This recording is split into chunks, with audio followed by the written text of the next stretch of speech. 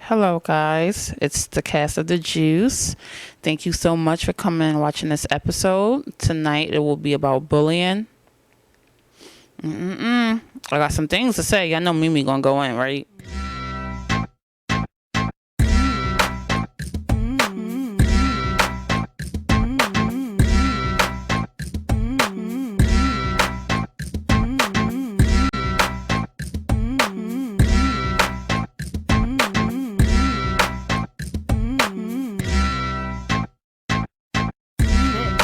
Fuck it, shit, fuck it, shit, fuck it.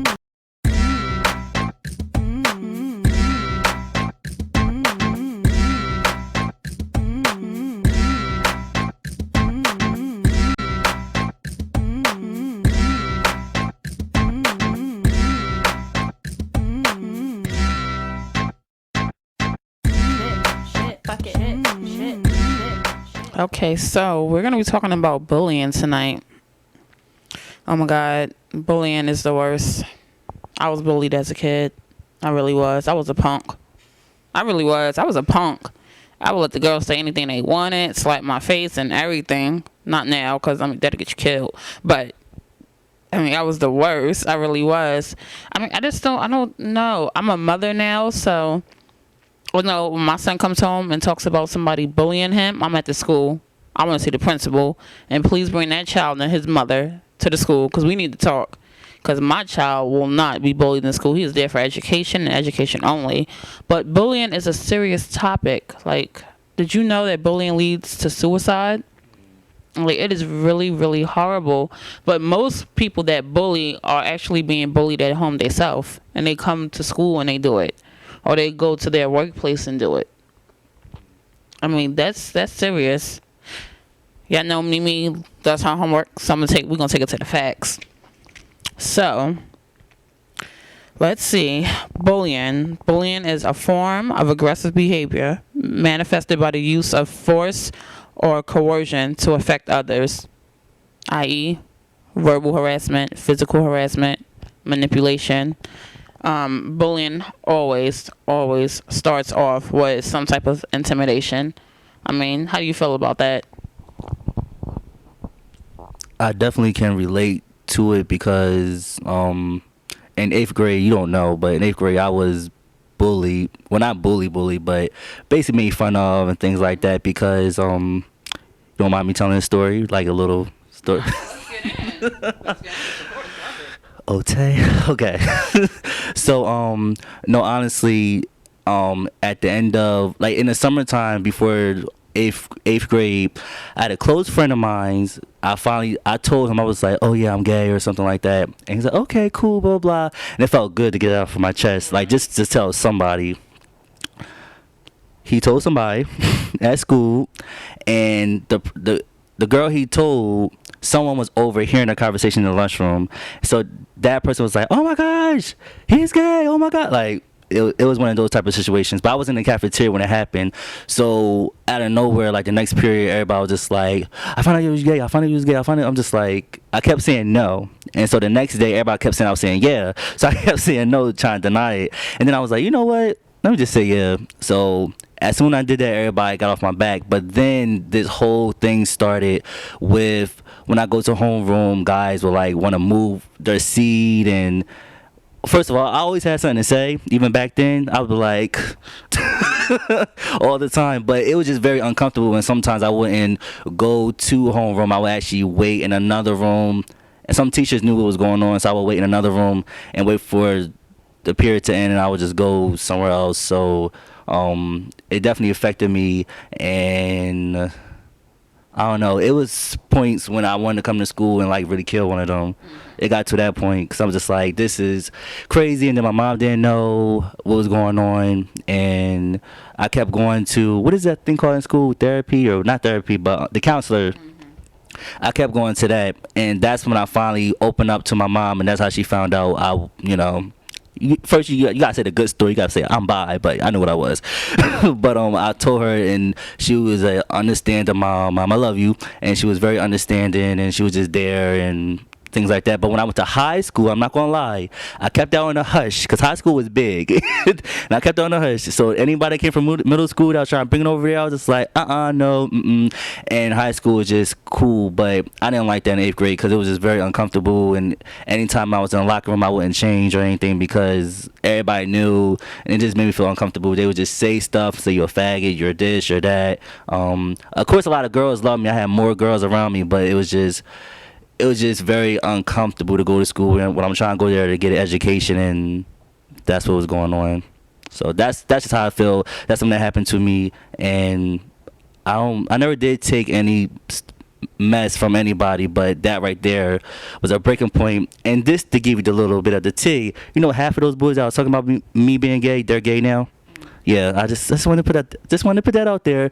So people that's uncomfortable with someone's sexuality, they're not comfortable with themselves. Honestly, just want to say that. You're right. You know what? You're absolutely right. You're absolutely right. I know in school I got bullied a lot. It's basically, no, you're ugly, you're this, you're that. But at that time, I wasn't really too much into my looks. I was a straight A student, honor roll student. I always carried a 4.0 average.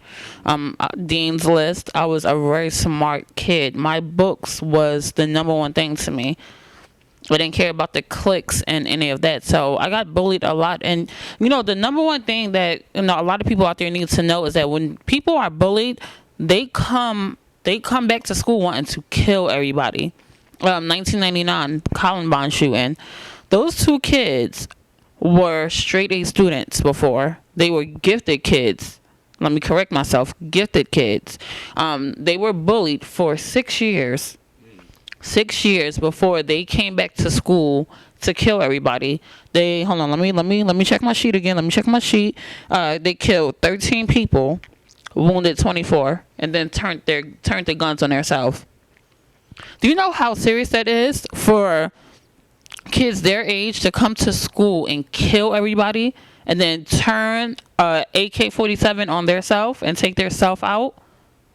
And it was serious. I remember watching it all over CNN. These kids took the jocks. Everybody who don't know who jocks are, that's the football players, the basketball players, the cheerleaders, the popular crowd. They took all of them into an auditorium and shot them one by one. Because they teased them just because of the way they dressed. They were gothic. They dressed in the long black coats. And in high school, the thing is, I was friends with everybody. The nerds, the gothics, the Chinese chess club. I was friends with everybody because it's like you can't bully somebody just because of the way they dress or just because of the way they are. Because look what happened. I went to a cinema a few years ago in Philly where one of the victims of the Columbine shooting talked. He talked at Penn State for 2 hours. He's paralyzed from the neck down. And he said, I was one of those kids that teased them. So I deserved everything that I got. To me, it wasn't a dry eye in the auditorium. Because him as a grown man now can reflect on his mistakes as a kid, and he has to suffer every single day. He is paralyzed. Honey, no, he cannot do nothing at all. He can't feel nothing. I would die because I like being in relationships, and the fact that you cannot have sex, I would be upset. I just had to throw that in there, guys, because that was just a little bit much. But on a serious note, he talked how, and I mean, for him, let me correct it, he is in a relationship. He's actually married, and they have an adoptive son. But he talked about how it ruined his life, and if he could turn back the hands of time, he would never, ever tease somebody again. It can also lead to suicide. Let me take you to my homework. Yes, I stay with my notes. Ryan Halligan, suicide, October 7th, 2003, 13. Bullied by classmates, hung himself off his door. Phoebe Prince, suicide by hanging, January 14th, 2010. Bullied by classmates, also raped. And was bullied because she was raped by her own classmates. Okay, let's see. Dawn Wesley, suicide by hanging, November 10th, 2000, bullied by 3 girls at her school. Left a note. Told her parents she was scared to tell her parents because she thought that bullying would get worse. So she thought it was best for her just to take her own life. That makes me just want to fight. It makes me want to fight. Kelly Yemens, suicide by painkillers. September 28th, 97, 13. Found dead in her bedroom. Bullied. Okay, and the fact that these schools don't do anything about it, y'all should be ashamed of yourself, because these kids come home and they take their own life. Parents, if your kids come home and tell them that, tell you guys that they're getting bullied, please take action. You do not want to come home and find your daughter or your son in the bedroom dead. You don't want to do that. If you feel like the school is not doing nothing, take it over their head. Go to your senators. I go all the way to the president for my child, because at the end of the day, we don't want to bury our kids because our kids are being bullied. So there is a lot of help. There is a lot of help out there. We're behind you guys. I know I'm behind you guys 100%. Don't tolerate anybody bullying your child, and don't tolerate anybody bullying you. And if you're getting bullied at school or you're getting bullied at work, talk to somebody. Don't let it get you to a point in your life where you want to take your life, because God loves you, we love you. So don't do it. Please, for me, make sure you get help. There's a lot of help out there. You have anything else to say on it? I actually have something to ask you, honestly.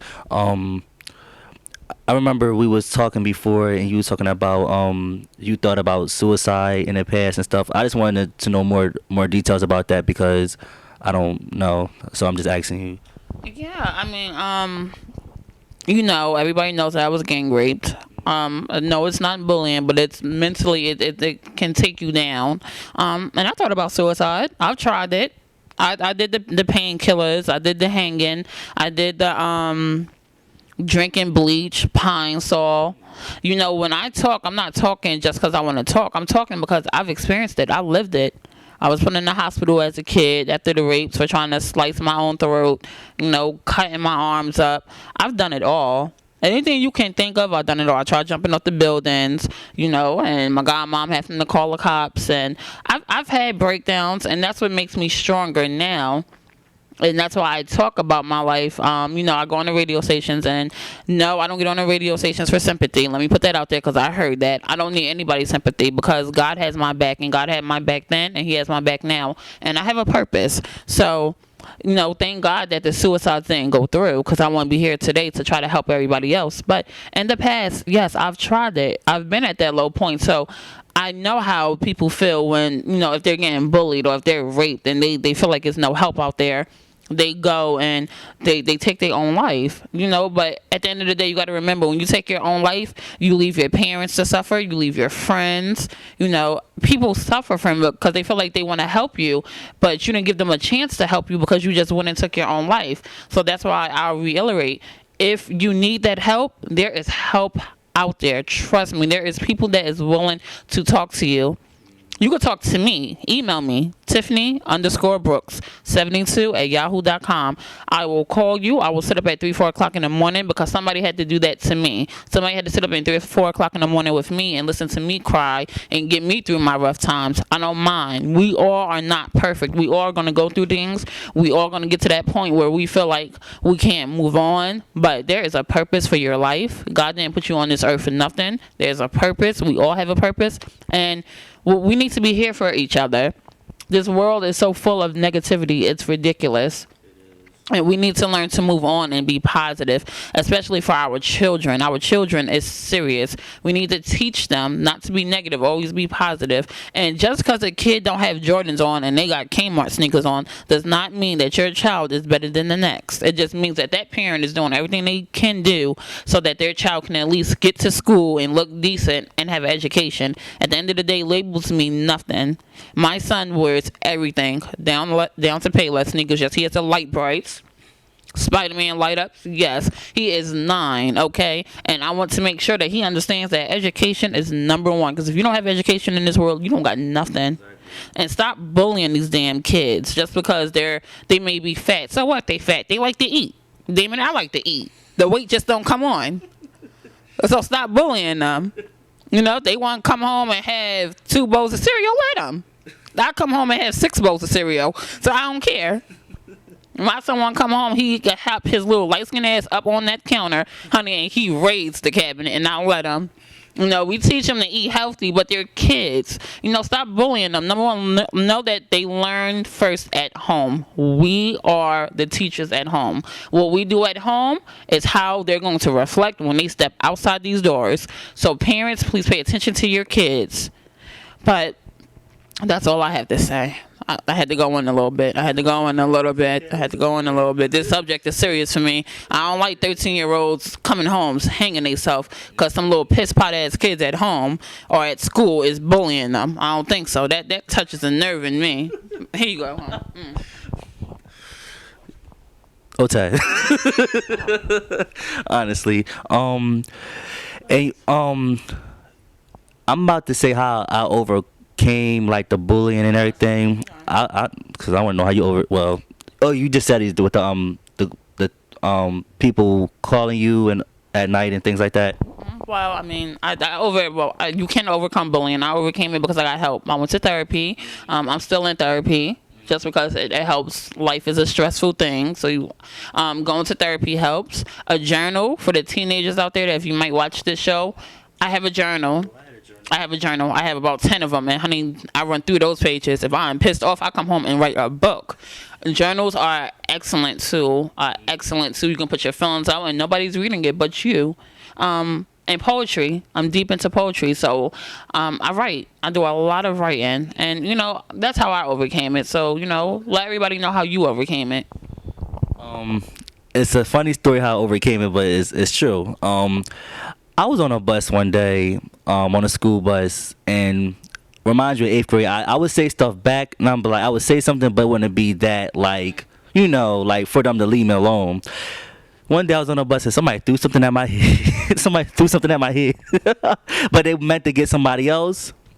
I don't know what it was about that day on that bus, but I turned around and I was like, who the fuck do that? I just started just going off. And then that day I noticed, I was like, ooh, I like that feeling. I just stood up for myself, and the whole back of the bus was quiet. That's how scared they was of me. It was like, okay, like, but that's actually how it all started. So then when I was in high school and things like that, I don't know. And then with the journal, I had a journal. That journal was deep. I had a journal, and it did help me out. And even though I didn't really tell my mom about what was going on in school, it was just, I don't know what it was. It's just me, her, us together, like laughing. Nothing to do with what's going on with bullying. Just she always making me laugh, always making me feel good. So every time I came home, I always felt like it was like a safety net. So I was always ready to come home because she was just my angel. So yeah. And I mean, you know, last but not least, kids, talk to your parents. And you know, also adults, if you're getting bullied at work, come home and talk to your husband, talk to your wife, talk to your best friend. The more you hold it in, the more it's going to mess with you. The more you're going to think about it, the more it's going to have time to, you know, just to build up to get to your breaking point. So don't let it do that. You know, talk to everybody. So, you know, like I said, we're here. Hit us up on Twitter. Hit us up on our emails. My Twitter name, HumbleSoul26. His Twitter name, KingSmiles21. Hit us up. You know, also hit up, you know, because we all have to be bigger people in this world, and we all have to make a positive thing. You know, our co-host who decided not to be a part of the show anymore, you know, for her own personal reasons, Kiara, I love you. We still love you. I support you in everything that you do. Also, hit her up. You know, KPad_82. You know, hit her up. She's a nice person. She may seem ignorant at times, but she's not.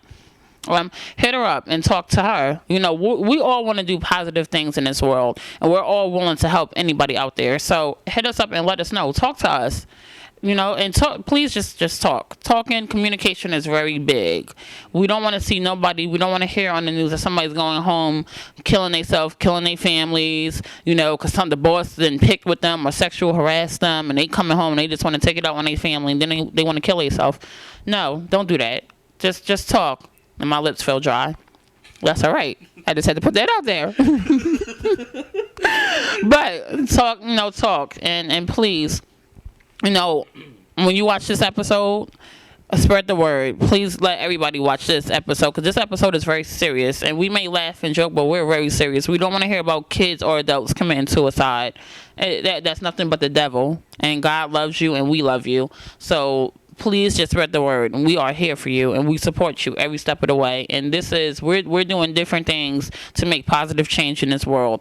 We live in a world where the devil is at work, but God has the bigger hand, and we're gonna make it. And your purpose, you haven't fulfilled your purpose. So suicide, I'm not thinking about it, and I don't want you to think about it either. Okay? So thank you for watching this episode of The Juice. We appreciate you guys. We love you guys. And remember, we are all here for one another. There is no hate. I'm with you. All right. See you guys next week.